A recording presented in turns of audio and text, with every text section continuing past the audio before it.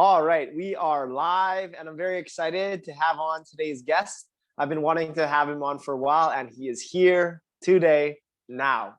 And today, I interview a glass blower, a yoga instructor, a holy fire Reiki master, fitness coach, and an artist. Welcome to the Winner Circle, Jimmy Bennett. Thanks for having me, brother. Right on. So before the call, we're just kind of talking about how there's a lot of chaos going on in this world. COVID, Black Lives Matter, all sorts of protests, vaccinations. But I don't really like to talk about that here. There's a lot of negativity with that stuff. This is a very positive, uplifting, inspiring podcast. And so I like to start it off with a really positive question. And that is, Jimmy Bennett, what do you love about your world right now? Man, honestly, this is a really good time for me and my world. I've just been overwhelmed with gratitude lately because I'm literally watching the world unfold in front of me. Like my biggest dreams, everything that I've like put in writing and put out to the universe as like what I felt was my mission and my purpose and how I can best serve. It looks different than I had imagined, but it's all happening. And I'm learning a lot of surrender in that and trying to settle into that flow and like receiving of the abundance and not trying to force anything. But what I love the most about my life right now is like the mystery of it. And like I have been so surprised by life lately that it's been a very magical experience. And we're going to get into this very shortly, but you mentioned something about your mission, and I think it's like a great way to introduce our guests, our listeners to our guests, and that's to know their mission. And for those listening, our mission encompasses all things that we do, our personal life, our professional life, and everywhere in between. It's our guiding North Star, our guiding light, and it can always be changing. It's evolving, but right here, right now, what is your current mission on this earth plane? I feel like that's a huge statement, but if I was to sum it up into just one word, it would be to inspire, to create that spark in anyone and everyone that I meet, in any way that I can. Like I've felt that spark ignited within myself. I have seen that, you're not necessarily a victim to your circumstance or to your environment. You can be anything you want to be. You can follow your dreams, however cheesy that may sound. I feel like somehow along the way I've really gotten to the acceptance and the knowing of that, and I want to share that with everyone because I want everyone to find that same spark that points them in their direction, where they can come into alignment with like what my heart's trajectory is, and I'm on that path, so it's all in alignment. And I think that takes some time to find for everyone, and to be someone who can just be living proof of that possibility, I think helps inspire and light that spark in others. Mm-hmm. And so how are you inspiring people these days? What does that look like? What's funny is in every opportunity that I have, to be honest with you, it could be as immense as a one-on-one private mushroom therapy session where I'm holding space for someone and we're going deep into the medicine, into their trauma, into their psyche, to the simple just having a short conversation with someone at the store about their life and just acknowledging another human for a moment, a complete stranger. Like neither one of those I think is more valuable than the other. I think all of it, every single opportunity I have to be present and in that moment, I'm trying to vibrate that high frequency that, that hopefully is tapping into this other being in some way. And not to get too crazy metaphysical, but that's definitely like I think the opportunity to inspire and to like be what I want to be in this world is always there in any moment. Mm-hmm. And you're doing it. And this podcast is called Welcome to the Winner Circle because it's in my belief anyone can be a winner. And to me, a winner is someone that embraces the process rather than being destination oriented. I feel like in society today, a lot of people are always concerned about the destination. When I get this job, this house, this relationship, this whatever, I'll be happy. And then they get there and maybe there's momentarily happiness in this. Now what? Because they're missing the whole point of this ride. And that's to enjoy the sweetness of the path, the journey, the progress over destination. What does going for your win mean to you, Jimmy? And what does winning look like for you in your life right now? I think going for the win for me more recently has always been like leaning into fear. For me, is going for the win, because for me, when fear comes up, hesitation, that's like the flash of like, hey, you got to look at that. Like, oh, I'm afraid of that, and I'm just not ready for that, and just move on. It's like, no, the moment you have that sensation, it's like, oh, what is that? I want to lean into that, and really been doing that, leaning into my fears, and it can, like I said, it's super diverse, like a fear of like heights. So I've been trying to climb and push myself to bigger heights, but also like a fear of commitment, so I'm like committing to projects, and like it's so many subtleties, but all those things that you hesitate to do are as an opportunity to like to grow, to go for that win. Every fear that's overcome or even tapped into, like, you're putting yourself in discomfort. Not a lot of people are doing that, but in doing that, that's where the growth is. So like, yeah, really leaning into fear, I feel like, is what going for the win looks like for me right now. It's almost easier that way. It's like I can see it. It's a clear trajectory. Like, oh, I'm afraid to do that. Mm-hmm. I should probably give it a shot.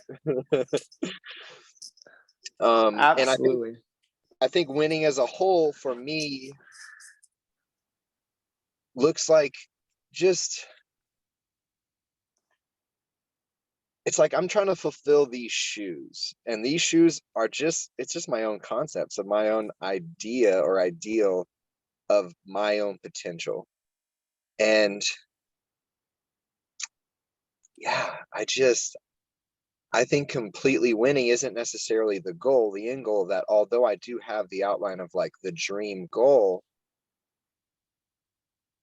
Winning for me is living it, like walking the walk, talking the talk, because I feel like a lot of my life I talked a lot of talk, and only recently, I would say entering my 30s, it was like, all right, I can't keep talking this anymore, and I can't keep waiting on somebody else to walk it so I can walk with them. I'm just going to have to walk it.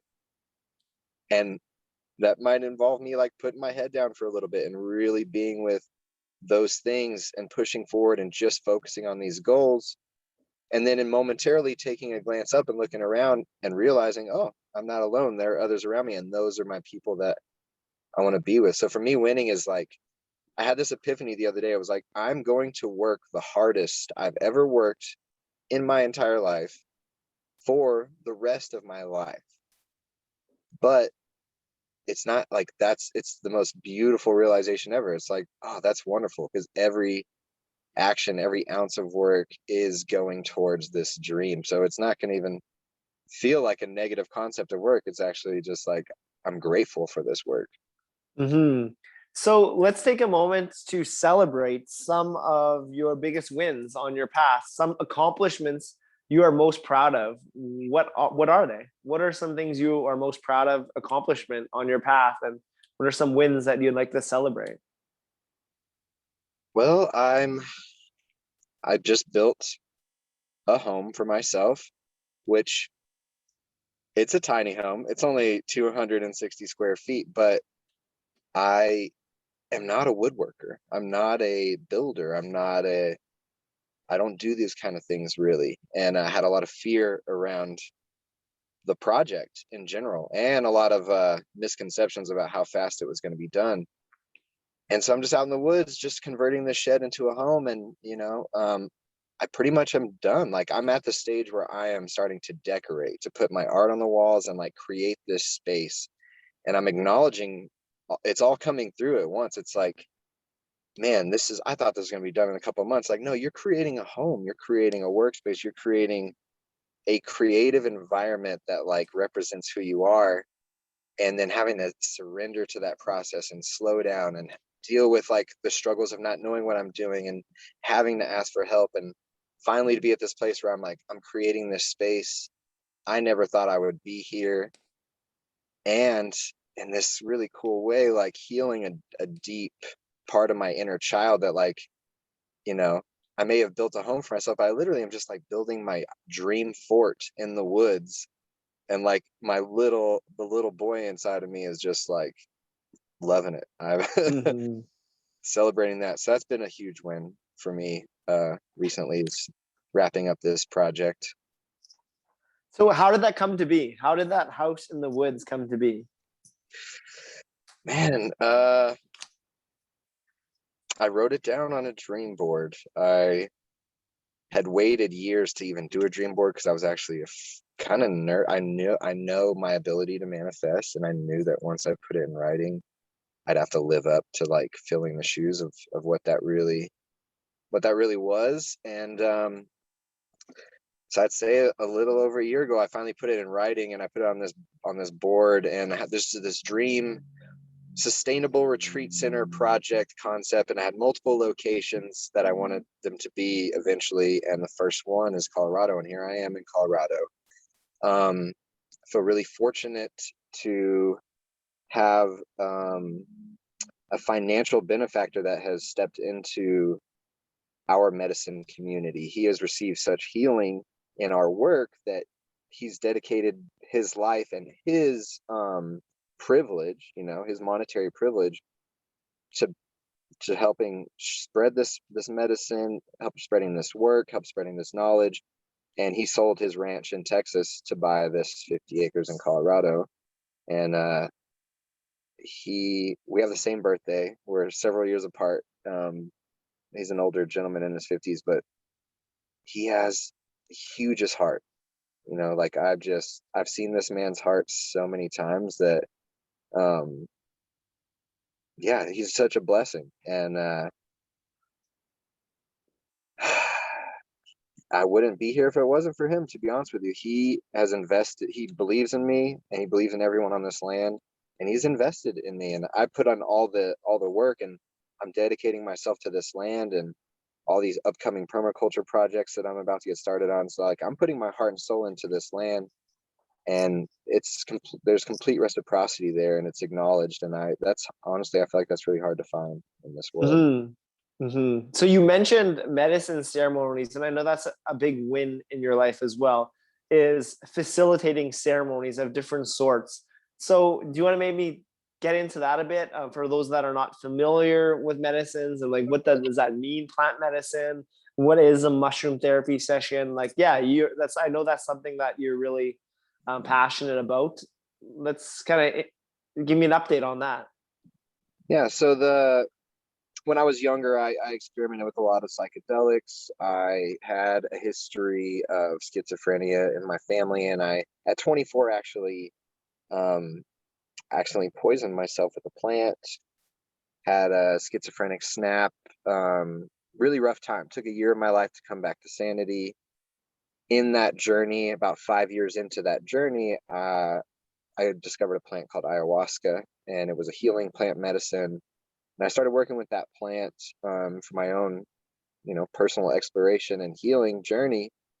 And that started to evolve over time into meeting people that were hosting ceremonies, and then doing it so often that I just naturally fell into a place of a helper, where I am just helping, trying to hold space, trying to be a pillar in the room, cook food, clean vomit buckets, walk anybody to the bathroom, those kinds of things, just kind of, be of service. And that just evolved over time to taking tours to Peru, taking larger groups of people into the jungle to experience this medicine in the deeper, more traditional lineages, and like to connect with the jungle and the medicine at its root. And in my own journey with the plant medicine, my first time to Peru, I had really big wake up call and a really deep conversation with this medicine, and a near death experience as well. And basically came to the realization that I needed to take a break from it. And I was taking on a lot of energy, and just realizing, like, stepping back into my own natural medicine and not relying on this plant. And almost took about a couple years off, and then felt called to sit again with it. And throughout, I've done a lot of yoga trainings. I started tapping into Reiki, and all these things just started to fall into place because I applied all that stuff to my ceremonies, and to that space, to holding space, to moving energy in the room. And eventually the medicine, told me that, you are your own medicine, Jimmy, and you need to find what that is, and you need to be that in the world. And if I am to work with medicine, if I'm to facilitate, then my medicine, my most let's say my most comfortable ally at this moment is mushrooms. And with that guidance, I eventually did my own experiment with my own self and my own work with depression. I've been reading a lot about microdosing, and I just kind of worked with the mushrooms for a little bit on my own. And then after a few years of that, I kind of took that experience and started sharing that experience. Once that Michael Pollan book, How to Change Your Mind, came out, I was having these conversations with people in their 70s and 80s, and like, it was just, people were coming to me and they wanted to know, and I had experience to share. That eventually led to me trying to hold a couple small ceremonies, and then eventually to me realizing that I feel called to doing that. I feel called to what I call a mushroom therapy session, where I sit with an individual, we talk, we discuss, over the phone and in person, kind of get into what they're dealing with, what they are aiming at. If it's anxiety, if it's depression, if it's PTSD, there's some sort of trauma there, whatever their goal is that they're looking at, because they're already coming to you with something. Some of them are trying to get off meds. Some of them are being told they need to be on meds, but they want to find an alternative. So we kind of delve into that, and it's honestly, the mushrooms are doing all the work. I'm just in the room. They have an eye pillow on. There's soft music, and it could go anywhere from 4 to 10 hours, and it's just them and the medicine. I ask source. I'm guided on their dose. I give them that dose. I make a nice little chocolate, some strong cacao, so that opens the heart as well. It hits the bloodstream fast, and they just go in. And it's very different than recreationally experiencing psilocybin. It's so internal. You have no distractions. There's nothing but you and you. So you get to go into you, and you get to really do some deep work in that. And then I will get them on a 3-month microdose regimen in conjunction with other medicinal mushrooms, very similar to the Paul Stamets, niacin, lion's mane, psilocybin. I suggest adding all the goodies: turkey tail, chaga, reishi, cordyceps. Get them all in there. They all work together. They're great. But after that 3-month microdose, they kind of have that time to do some work. They've had their big experience. They've kind of like washed the slate clean of what they thought, was all up here and jumbled. And then they have this microdose to kind of guide them out of that. Because basically, I find when you're on the microdose, it's very subtle, but you do have this heightened perception of your mind state. So you're more conscious of where your mind is going in the idle times.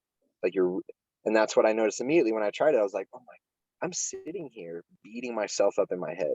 I'm thinking the most negative thoughts. I'm thinking, paranoia, all everybody's out, just realizing like, oh my God, people think I'm like this loving, positive person, and I try to be, but when I'm alone with myself and I'm just like working on the torch, doing idling tasks, and I'm hearing what my mind is doing to me, and I'm like, no wonder I get into these negative states. So consciously, as soon as I would catch those thoughts, I would just think of the opposite of that thought, which is clearly going to be positive, clearly going to be, what you want to be thinking, until you kind of drowned out that negative thought with a positive thought.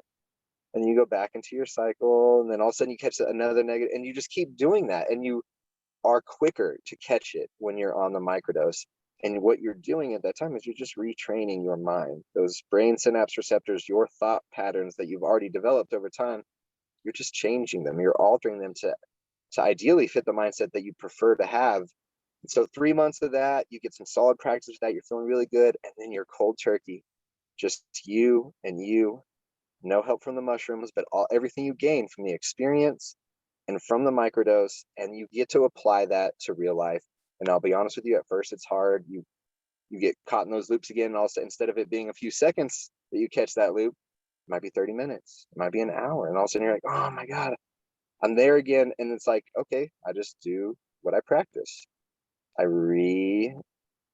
reiterate the positive version of that thought until it's gone. And it's honestly, it's so simple, but it works. And I personally, I haven't had a ton of clients. I'd say I'd have less than 24 clients in the past 3 years of experimenting with this, and I haven't had a single return client. And for me, that's what it's about. I don't want these people to rely on this stuff. I want them to do their work and create their own tools and create their own experiment with themselves, and I'm there in the interim and anytime for, integration counseling or anything they want to talk about, but it's really them. And I really want to stress that in the session and in the keeping up with them. They're like, hey, I didn't do anything for you.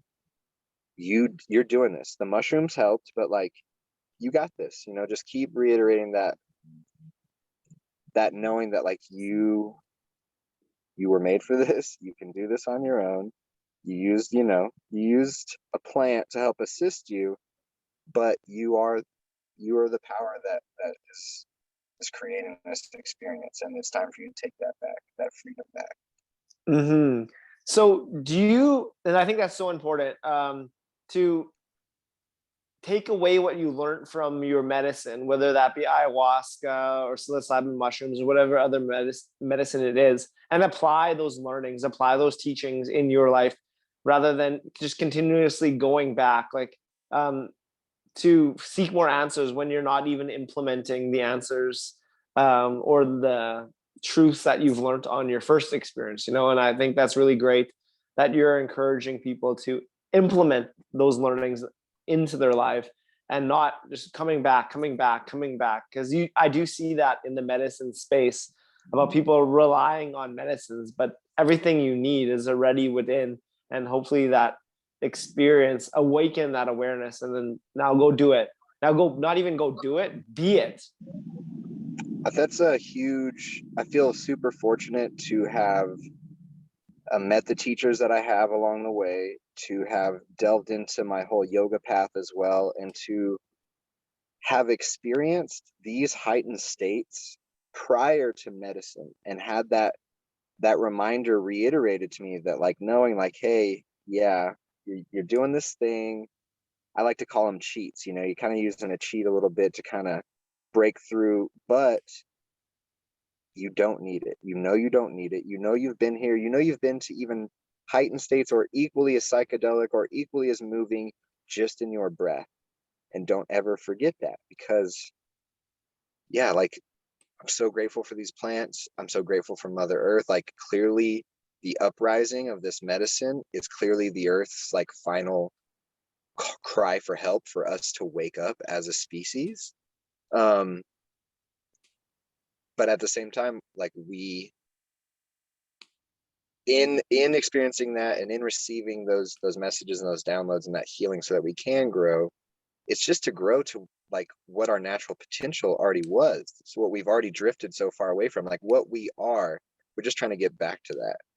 And I think if we can, then we have a chance. And so, are medicine right for everyone? Is there people that that it's not really suitable for, and are there alternative ways to tap into these learnings, these truths? And I think you mentioned a few, like breath work, so pranayama, yoga. So let's talk about some other ways people can access these states. And yeah, is our plant medicines right for everyone?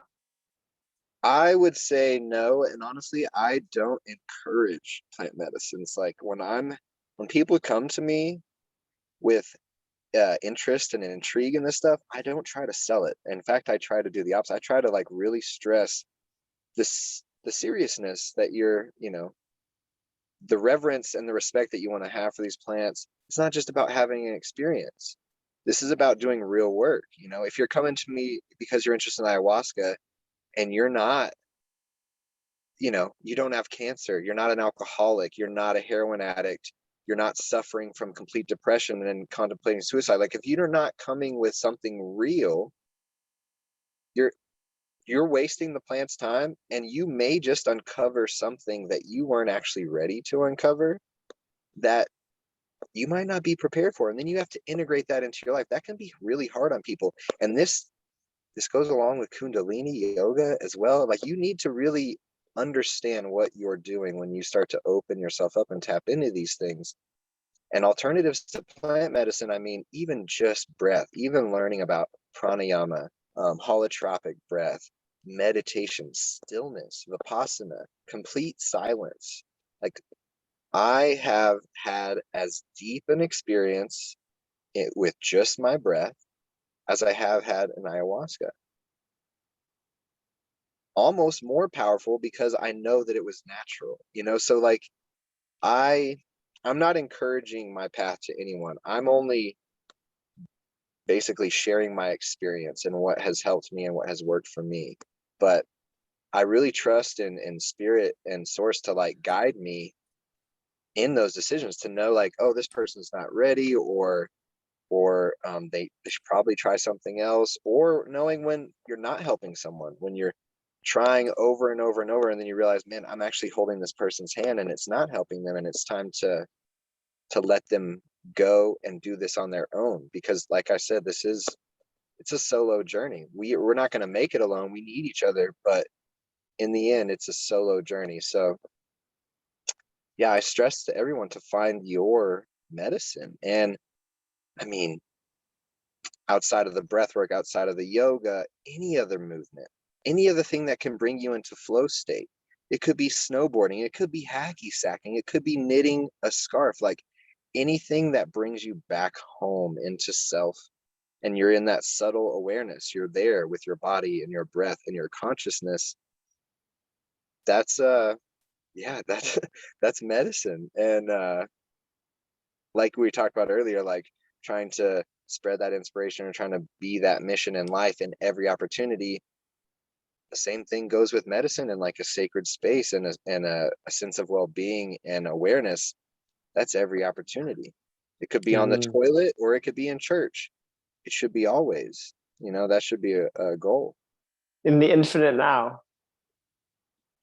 So you mentioned teachers and allies and helpers on your path that have taught you a lot that or who and exemplified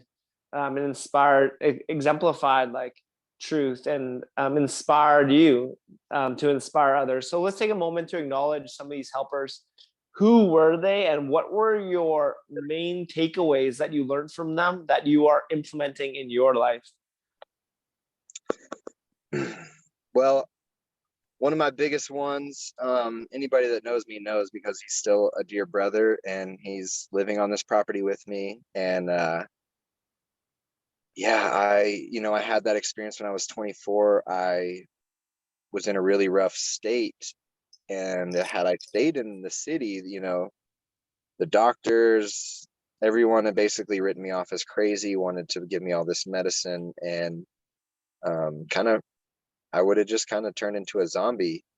But this man that I had just met, hardly known, had a home in Colorado, and it was kind of a communal type living. I think there was about 9 people out there at the time, but he had a wife and 2 young daughters. And I was a very strong, very crazy stranger, and he just saw something in me and knew I needed help, and he allowed me to move into that home, and that gave me the space to not have a bunch of people in my face, to not have a bunch of meds shoved down my throat, to just be free, to just be. And that was how I came back. Like, people that go through what I went through, those are the people you see walking down the street, mumbling to themselves. They don't come back from where I went.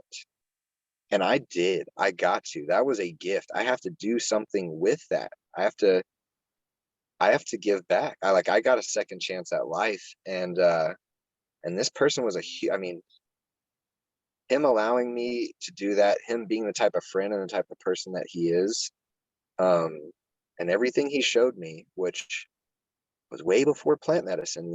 He could just look you in the eye, and the world would melt away. He would start shape shifting. The energy was so immense that all you could do was focus on breathing.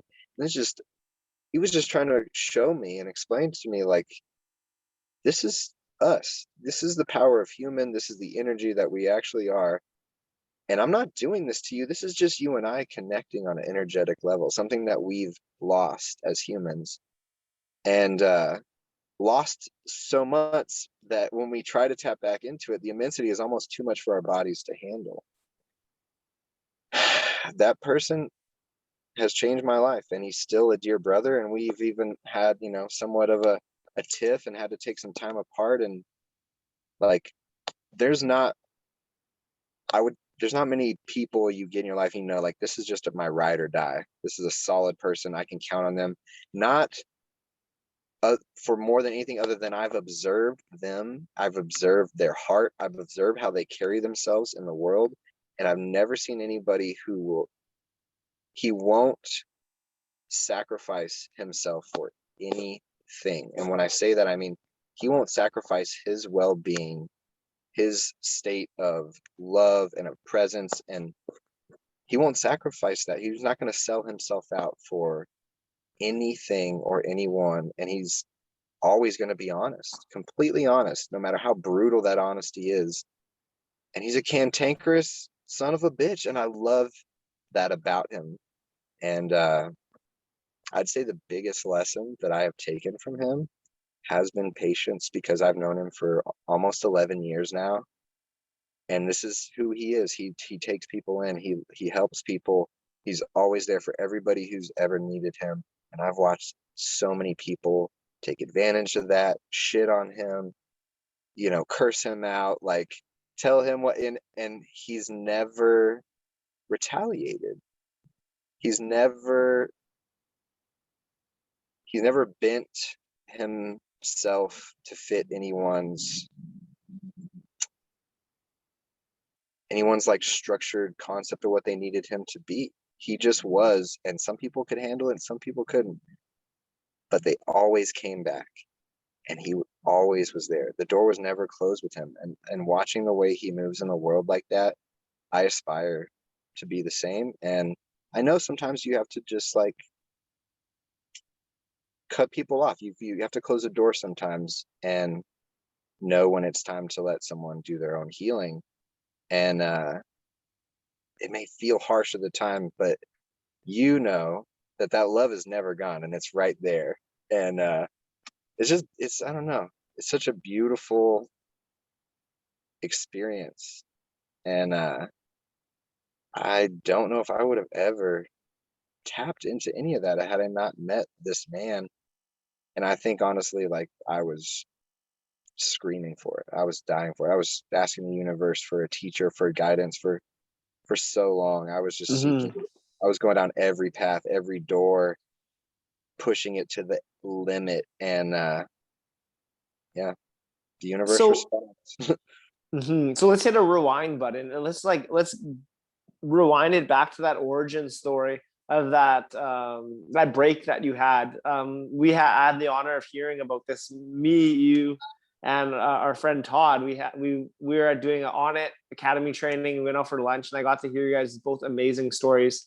And you shared with me that history of what happened and how you bounced back from that. So if you're comfortable, if you want to give us a bit of a backstory on that break and that you've referred to a few times.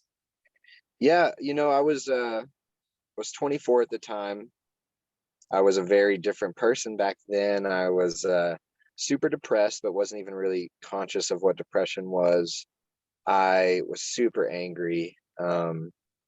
I was coping with a lot of cannabis and psychedelics and alcohol and overusing all of it, and just poor relationships. I was selling drugs at the time too, so I had all these friends but no actual friends, and my family life, my everything was just falling apart. I was just, the weight of the world was coming down on me, and I had no idea. And I was taught to not ask for help, and I was taught to shove that all inside. So I was just like a walking time bomb, and I fit the clinical critique of someone that has a paranoid schizophrenic snap.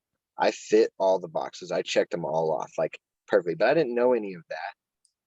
And I was just walking down the street, walking to work, and this plant was, ryegrass is growing in this wild field. I'd get off the bus and pass this field on the way to work. And so I was picking this ryegrass and chewing on it as I was walking to work over and over every day. I had no idea that it could have a parasite on it that contained ergot, which is LSD, but I'm just living my normal life. I had just gone on this epic journey to Colorado, had just met this man who, I met him, we locked eyes, and it was like he just blasted my third eye open. I could see, I finally just like saw the path that I was on, and I was so disappointed in myself. So it was like this initiation of some sort of shift, deep shift had to happen. And then I go back home and I eat this plant, and I don't know that I'm tripping, but I'm starting to become incredibly telepathic. Like I can read people's minds, and I'm starting to become even more sensitive to energy than normal, like feelings and emotions, and being very hyper aware of where everybody else was. And then I'm communicating with squirrels and dragonflies and trees, and this whole natural psychedelic Jesus trip starts to develop. But I'm not on drugs as far as I know. So I'm going along with it. I'm like walking the streets with no shoes. I'm wandering into Aikido dojos and learning Jedi martial arts from like a 60-year-old woman. I'm going to work. I'm going to my martial arts training, because I was, at that time, I thought I wanted to be a cage fighter. I was very dedicated to that. I was about to have my first amateur fight, and I'm like hitting these states of awareness in training where I was like Bruce Lee. I could read everybody's mind, and I wasn't feeling pain, and I was just like, it was this crazy evolution was just happening, and I was just going with it until about 4 or 5 days into it. I stopped by my kettlebell coach's little space, and he said when I walked in, I looked strange in that I bowed twice before getting on the mat. And he just walked up to me and he's like, "Are you okay?" And I pretty much just fell out on the floor. It was the first time somebody even asked me if I was okay. I wasn't okay. I hadn't been sleeping. I hadn't been eating or drinking water. I was tripping balls and I didn't know it. And that just from there, it just spiral escalated. They took me to a hospital. My biggest fear at that time was a hospital. I hate Western medicine. I hate hospitals. I break out of that hospital. I rip the IV out of my arm. I jump off the fucking helipad of that hospital, and I hit the ground running. And I use all my Aikido training that I just got the day before to break out of the hospital and to hit the ground without hurting my, like, all this crazy shit's happening. I end up in another like from that hospital, they just take me to another hospital where they handcuff me to the bed, and I try to escape from that one. And then I end up in the mental hospital where they start shoving drugs down my throat, and the trip just keeps getting more rabbit hole psychedelic, and all of this is going on, and I'm like,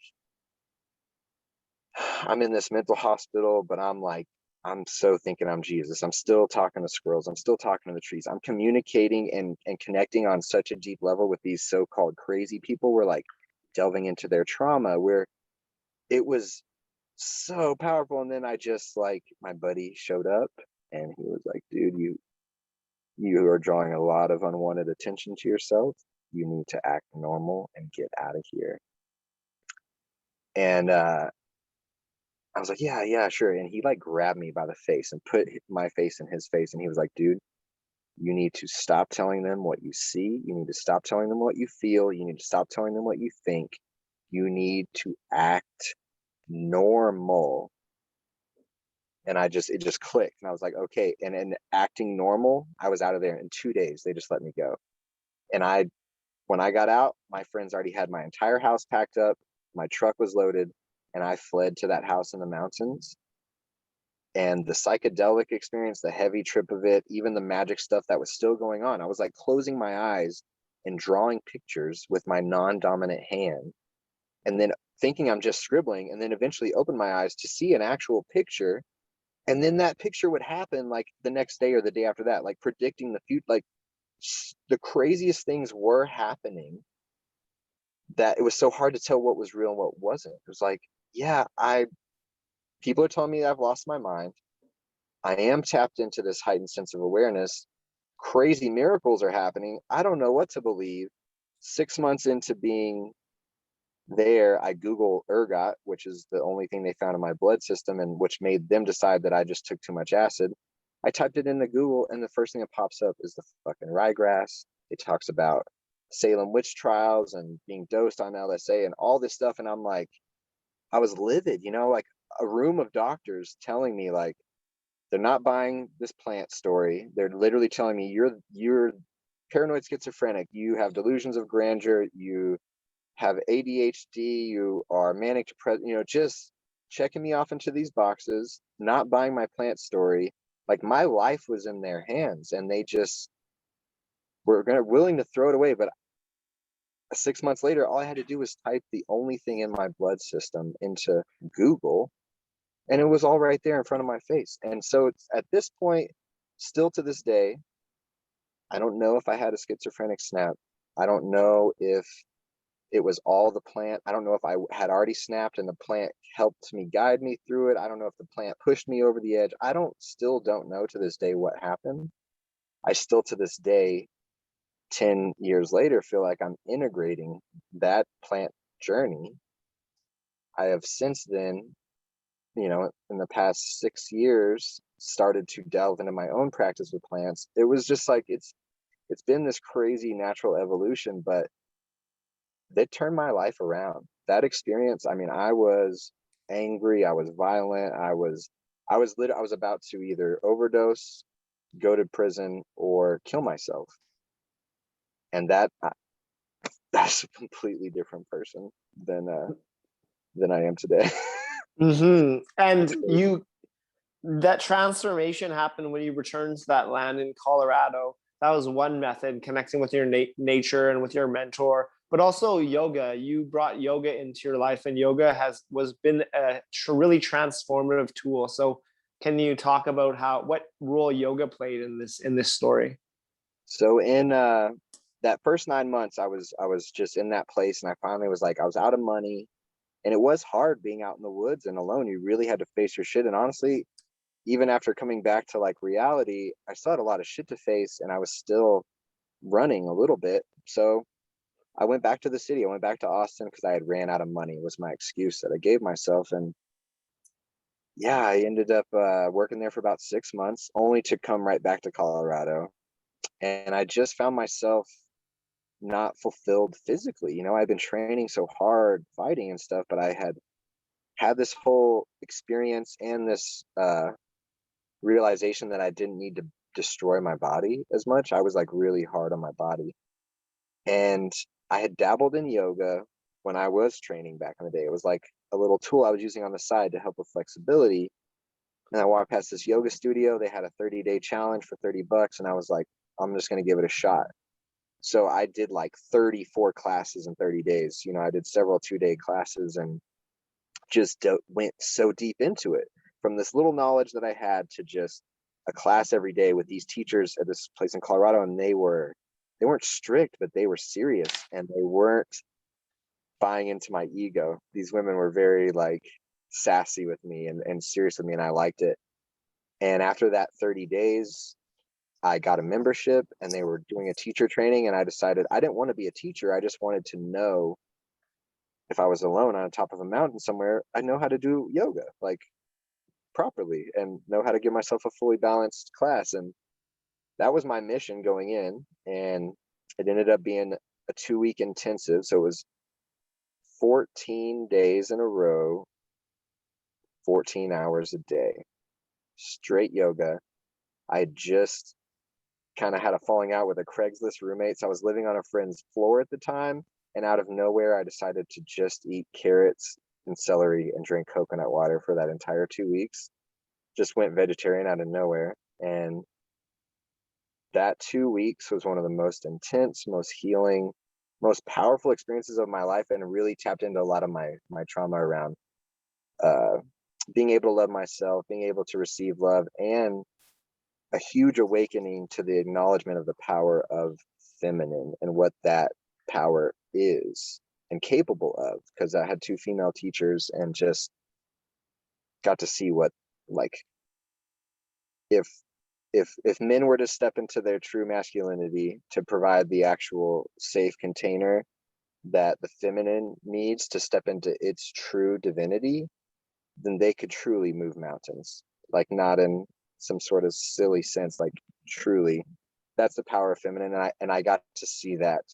And I think because a lot of my childhood trauma and my struggles with my mother, I hadn't had a lot of respect for the feminine prior to that experience. And I think, honestly, because I became a teacher right afterwards, unexpectedly, I think I really needed to tap into that before I was responsible for a room full of women, you know? So that was, I think it was perfect and in alignment. And I love teaching now. Like, I'm not teaching at the moment, and I've taken breaks. Soon as I teach that first class again, it's like I'm right there. It's part of me. Yoga, it comes so naturally. I love it. And ceremony, private sessions, yoga, a fitness class, all of it. That container that I was taught and shown how to, like, be a part of and to hold and to tap into is one of my favorite spaces, one of my most healing places, where I get the most out of, you know, teaching and being there for others and holding space. That's where I get my juice. So it's been it's been such a life-changing practice, and it comes and it goes, but it's constantly evolving, and I'm so grateful that I found it. Mm-hmm. And you still practice yoga daily or regularly on your own? I wouldn't say every day. I'd say probably right now about 3 times a week, but now that I'm just no studio to go to. Yeah. But the weather's getting nicer. We just got the indoor gym built on the property. Like, we've been doing fitness every day, and Justin's been offering that, one of my roommates, and it's about time for me to go ahead and throw in a yoga class right before that or right after that to just make it a daily regular. Mm-hmm. Right on. So what are some other self-care techniques and routines that are part of your regular state of being now? There's the exercise, there's the yoga. You mentioned mushrooms, which I want to talk about more. We can get into that, like, not psilocybin mushrooms, but like lion's tail, chaga, all those. So I definitely want to get into that. But what are some other self-care techniques and habits that are essential to you these days? Well, one, I would say self-care. It's been hard lately because of COVID, but massage. I put this body through a lot, even in just like my little simple day-to-day tasks. I don't realize the kind of stress. So when I can give myself the time to receive nurturing, healing touch, it goes a really long way for me. And then in conjunction with that, I love the sauna, and I love the cold plunge, and I love all the new, like, things, like the compression suits, like all the things you can do to really take care and nurture this body, especially if you want to push it. Because for me, the other end of that self-care is doing those things that I love, like snowboarding and mountain biking and surfing and backpacking and traveling. And being able to use this body fully requires, like, maintenance and love and self-care, you know, sitting down with the massage gun, rolling out on the foam roller, getting on that lacrosse ball, like taking that time for yourself, you know, to really love on you. It goes a long way. Mm-hmm. So let's get into the mushrooms, because I've been called lately to use them, and I'm talking about lion's mane, I use that for cognition. I was talking to you before I started a new position, and it just helps me work better at my task. So lion's mane, and then also cordyceps M I've been taking before jujitsu. And like, I don't know, I feel them both like very beneficial. I've been looking into, like, I get it from a company called Real Mushrooms in Canada. I heard it's a good company to source mushrooms from. And Nice. they sell these supplements, and it's something natural as well. So I also like that element of it. And so I've been thinking about incorporating other mushrooms. I also like the Force-O-Matic balance blend that has reishi in there, I think, and chaga. So let's talk about these mushrooms, and just like for people that don't know what they are. So let's talk about chaga. You mentioned a few others. Yeah, turkey tail, Yeah, turkey. reishi, like these are, Paul Stamets is, if you don't know anything about mushrooms, get on some Paul Stamets stuff. He is the world's mushroom advocate. He's trying to save the world with mushrooms. And I've learned most of what I know through him. And then other mycologist, Daniel Reyes out of Austin, Texas, who's out in Mexico right now learning how to clean up oil spills with mushrooms. You know, people are discovering all the abilities of mushrooms, and we've hardly tapped into the surface of the amount of mushrooms there even are out there. And mushrooms in general are adaptogens. So they literally go into a human system, every system being different, and they just look around and they're like, okay, what's not in homeostasis here? What is not perfect here? What could use some help? And they just go to that.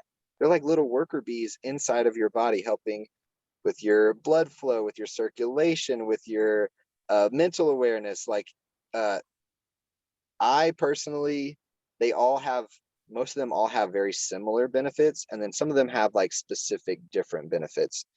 I like to take them all in conjunction. There's a company out of New York called Cat Skills, and they make tinctures. There are some new companies on the market, I'm forgetting their name right now, that a lot of the powdered mushrooms are not mushroom fruit body. They're actually just inoculated substrate. So they're whatever the mushroom is feeding off of with mycelium in it. Therefore, it's not that it's bad, you're just not getting as much of the mushroom of what you actually need in it. It's like half. It's somewhat cut, if you will. The tinctures are mostly are all coming from pure fruit body.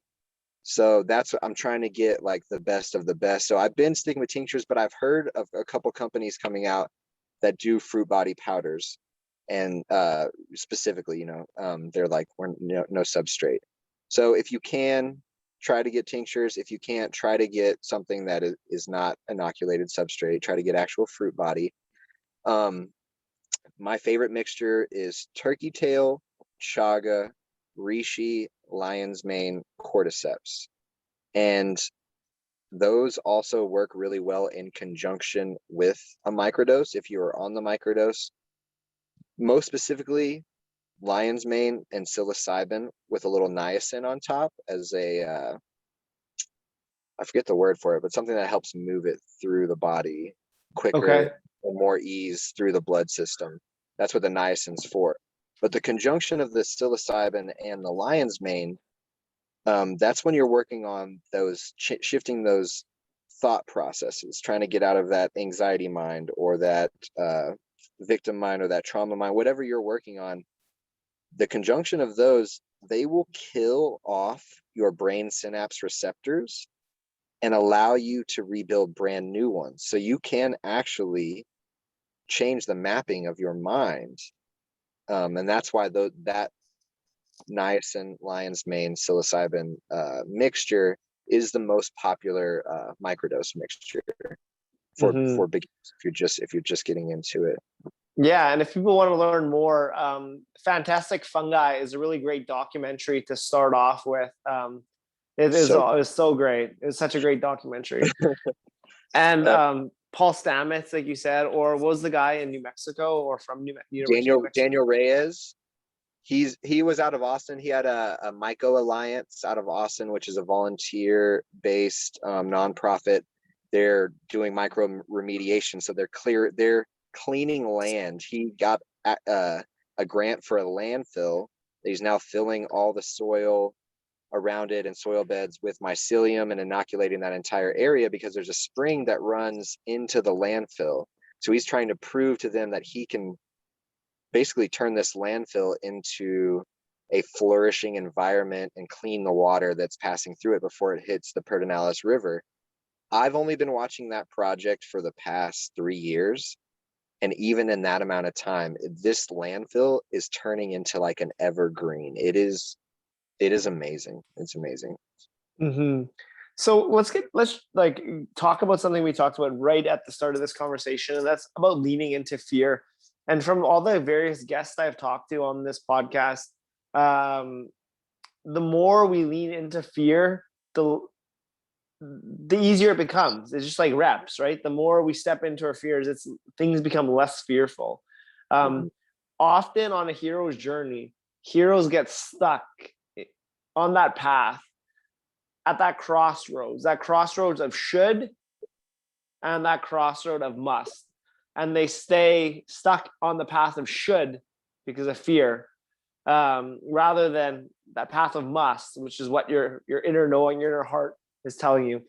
What advice would you give a hero stuck on that path, whether that be to quit their job or to ask out that girl or whatever, anything, whatever that may be? What would be, and it could be anything. Whether it doesn't have to be so big, you don't have to like leave a relationship or move to a different country.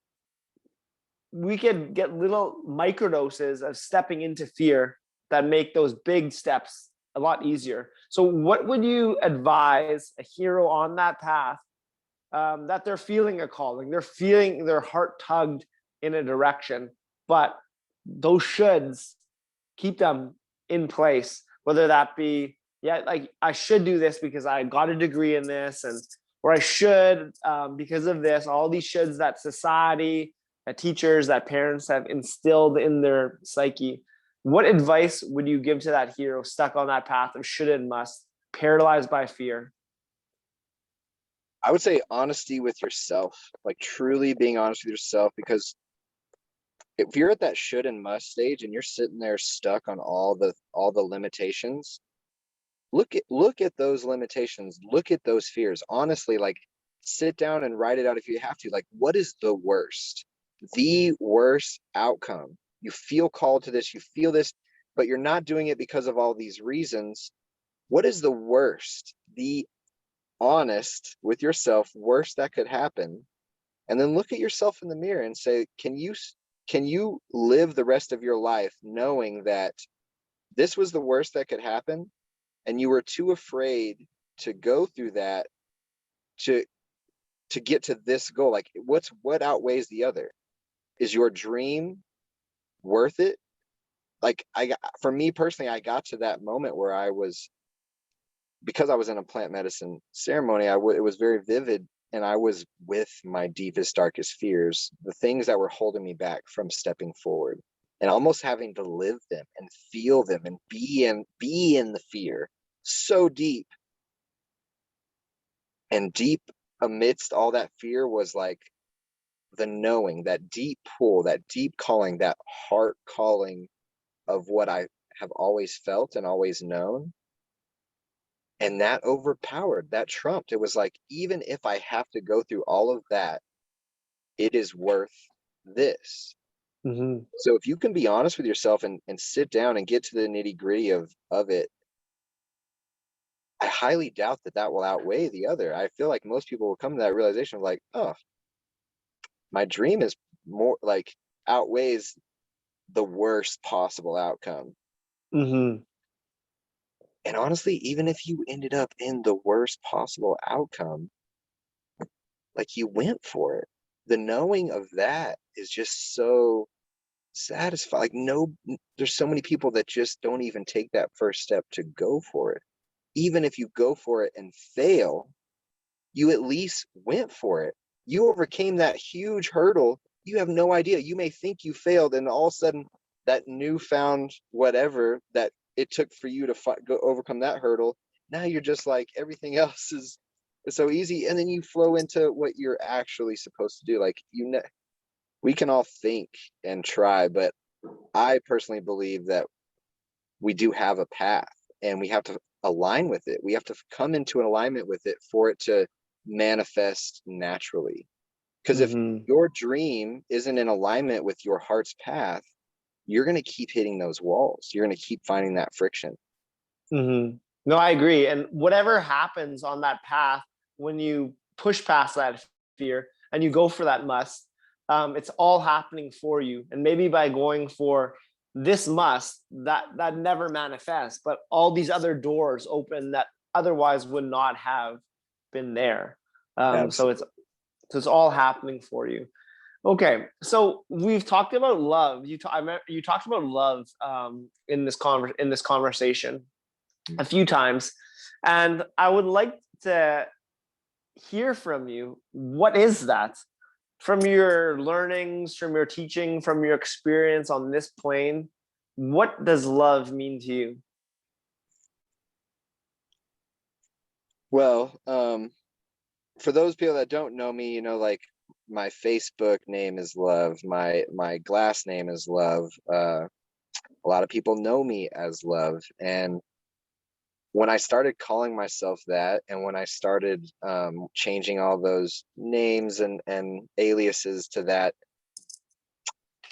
there was intention behind it. I was guided, like I was in a meditation and I was given this name, but it also, my grandfather on my dad's side, who is like the biggest, powerful patriarch representation that I always like idolized and looked up to, he never said the word love. I never in his entire life did I ever hear him say the word love, not even to my grandmother. And I know it really affected my father. I know still to this day, like, that affected him. And in the real, like, in really honoring like what love is, which I still don't think I know. I think my mission here is to explore and try to figure that out. But to call yourself love, to give yourself that kind of level of greatness to try to live up to on a daily basis, to constantly check in, am I being loved right now? Like, for me, that felt like, oh, what a beautiful way to like keep myself in check and to remind myself of what I'm trying to be here. And then when you say the word love, I feel like most people immediately think of like boy and girl, marriage, love, relationship, that kind of stuff. And me on my journey, I've seen so many different types of love in that way. My mom was married 6 times. Like, my dad had multiple partners. I've been through multiple relationships, and I've experienced monogamous relationships. I've experienced open relationships. I've experienced unhealthy versions of both and healthy versions of both. And from what I've learned and from what I've experienced, because I'm trying to be love on a daily basis, everywhere I go, I just want to I want to be a source of vibration that is heightened. And I don't think it's heightened like I'm vibing higher than you. I think it's like that's its natural state. Like, we've kind of drifted from that high vibrational frequency being that we came into this planet as. So I'm just trying to emanate that vibration, and it doesn't matter if I'm having a conversation with someone, if I'm doing a Reiki session, it's dead silent. If I'm just in a room with someone and it's a ceremony and I'm like tapping into them from across the room, it's a state of being. And it's not necessarily about doing anything other than being that state. And love is so powerful. If we put a word to it, love, that state, that vibration is so powerful that it trumps all. Like, it even, like, man, give me anybody. Give me the most closed off person you've ever known, and let me give them a hug. I promise they'll be like, what the fuck was that? And I'm not doing anything. I can't take credit for any of that. That is love. And that's what I'm trying to be. That's like consistent. Beautiful. Okay. We're nearing the end of my questions here.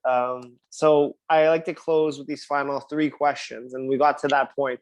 And the first one's a big one, and that is, in all the highs and lows that is life that you've experienced, through all the highs, through all the lows, on this path, on your journey, what has been your greatest life lesson that you've learned that you're feeling called to share at this moment?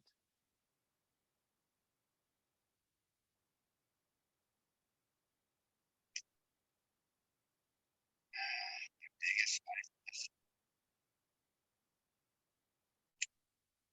If I were to share my biggest life lesson with anyone, I think take this away with them and really observe it and look into it. Is that we all deep down inside have intuition.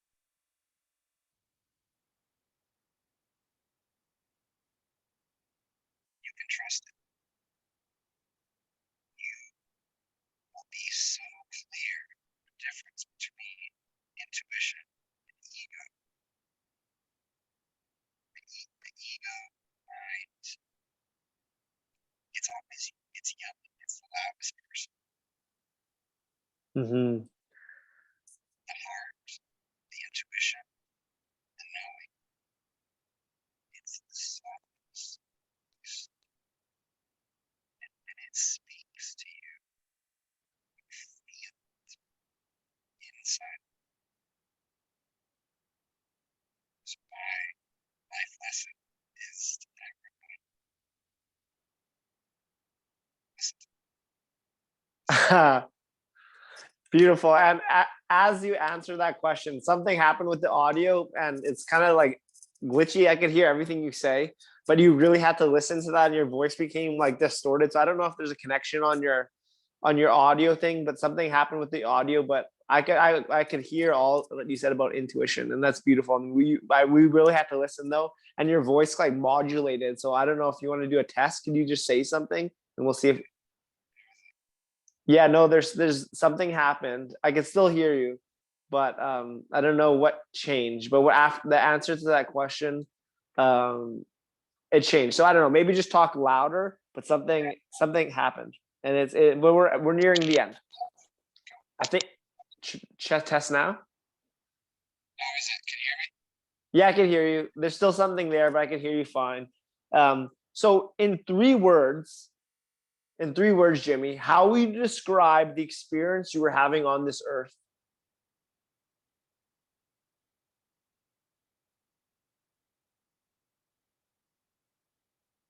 Magical, reciprocity,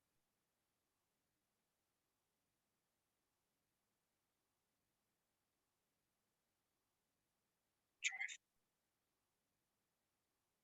Thank you for sharing those. Those are beautiful. That brings me to my final question. I'm going to use some magic. I believe we are all magicians. We have magic powers within us all that we could use to transform realities, starting with our own. And I'm going to transport us to the future. I'm going to fast forward us in time, and we're alongside an 85-year-old Jimmy Bennett. Where are you? Who are you surrounded by? And what is the legacy that you've left in your time in this now? As you were saying that, I saw myself sitting on a mountain that I've been to before. It feels like it was in Hawaii. And I was sitting up with an old man. He had long hair, and I assume it was my buddy Chris. We were just laughing. The wind's blowing in our hair. We just can't stop laughing. It's when you That's the vision that So I want you to stay with this 85-year-old Jimmy. And your audio is still cutting out a bit. It popped back in for a second. I could hear you very clear, but I can still hear you. I want you to stay with this 85-year-old. Maybe close your eyes and picture yourself sitting in this mountain in Hawaii, feeling the wind in your air, the smell, that spirit of Chris, or maybe a like being alongside you, or maybe there's more Chris-like beings alongside you. And really feel what it is to be this 85-year-old Jimmy, to embody this 85-year-old Jimmy.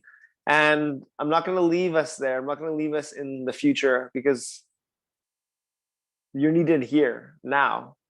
And I'm going to bring you back. I'm going to bring you back to this moment in 2021, right here where you are now. And that 85-year-old, he sends you a message. What does he whisper to you?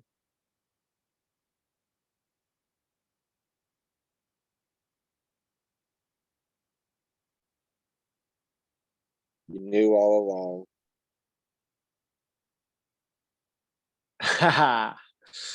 Beautiful. And that was loud and clear. That, like, you knew all along. That came out loud and clear in my audio.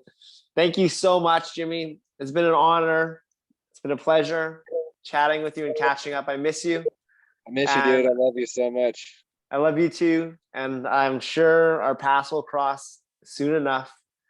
For those listening that are wanting to connect with you more, where can they find you? I post my art and a little bit about my life on Instagram at xxloveglassxx. And then on Facebook, I'm Love Universoul, SOUL. And I'm working on my website right now and trying to get some more consistent products out there. But I offer all different types of medicine tools and jewelry and talismans, and I do Reiki sessions. I do private mushroom therapy sessions, and hopefully we'll be bringing a lot of plant education here in the future with the permaculture. If you want to know what's going on with our community and projects, Facebook, Montaña Sagrada, that's Sacred Mountain of Colorado. We do a lot of volunteer projects right now. We're still building up what we're creating, and we actually have a work party May 13th through 16th. So if you want to come get your hands dirty and get back to the land, put some energy into what we're trying to build, reach out. Right on. So to close every episode, we bring our fists together for a digital fist bump. The winner circle is a choice that we could all make. We all have a spot at this table, if we wish. Aho. Thank you, brother. Until our paths cross again, signing off of this conversation. Much love.